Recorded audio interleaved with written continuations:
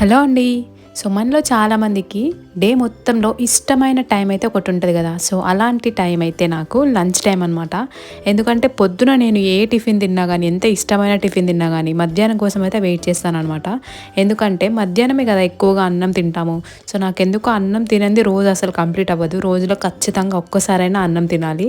So, ఈరోజైతే దొండకాయ చేసుకుందాం అనుకున్నాను. ఎప్పట్లా కాకుండా ఈసారి కొంచెం వెరైటీగా, డిఫరెంట్‌గా దొండకాయ ఫ్రై అయితే చేశాను. సో, ముందుగా స్టవ్ ఆన్ చేసుకొని పాన్ పెట్టి దాంట్లో కొద్దిగా మినపప్పు, కొన్ని పల్లీలు, కొంచెం ఎల్లిపాయలు అండ్ అలానే కొన్ని ఎండుమిర్చి అనమాట. ఒక 3-4 మీకు కారం టేస్ట్ తగ్గట్టు తీసుకోండి.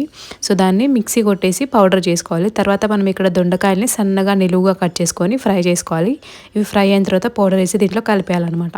సో, ఒట్టిగా కాకుండా సైడ్‌కి పప్పు లేదంటే రసంతో తింటే చాలా బాగుంటుంది. నేనైతే దీన్ని పప్పు చారుతో తిన్నాను. చాలా అంటే చాలా టేస్టీగా ఉంది. ఎప్పట్లా కాకుండా కొంచెం డిఫరెంట్‌గా ఉంది. ట్రై